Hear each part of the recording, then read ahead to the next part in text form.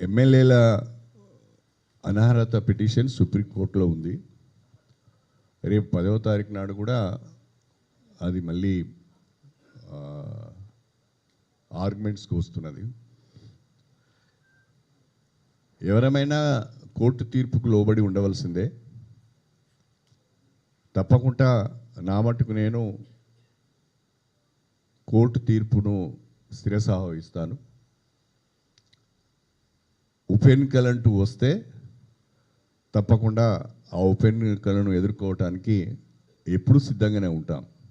దాంట్లో రెండవ అభిప్రాయం ఏమి లేదు.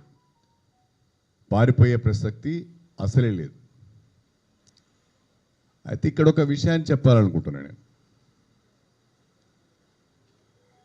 భారత రాష్ట్ర సమితి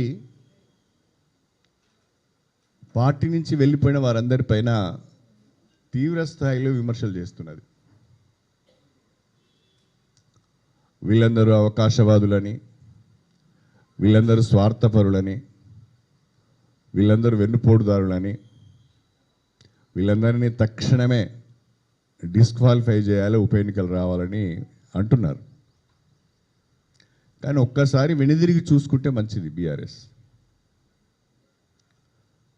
10 సంవత్సరాల బీఆర్ఎస్ పాలనలో దాదాపు 36 మంది ఎమ్మెల్యేలను పార్టీలోకి తీసుకున్నారు.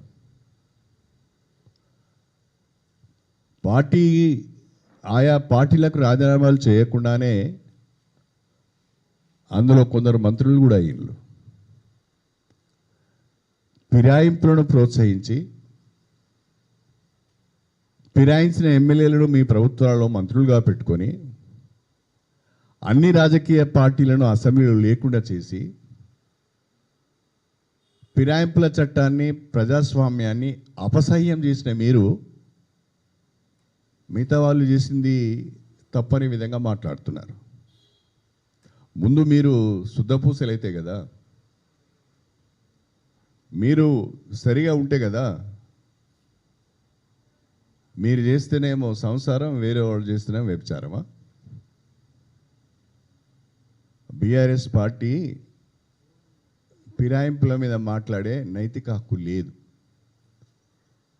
ఈ ఫిరాయింపులను పెద్ద ఎత్తున ప్రోత్సహించి వ్యవస్థను భ్రష్టు పట్టించిందే మీరు. కాబట్టి మీరు మాట్లాడకపోతే మంచిది.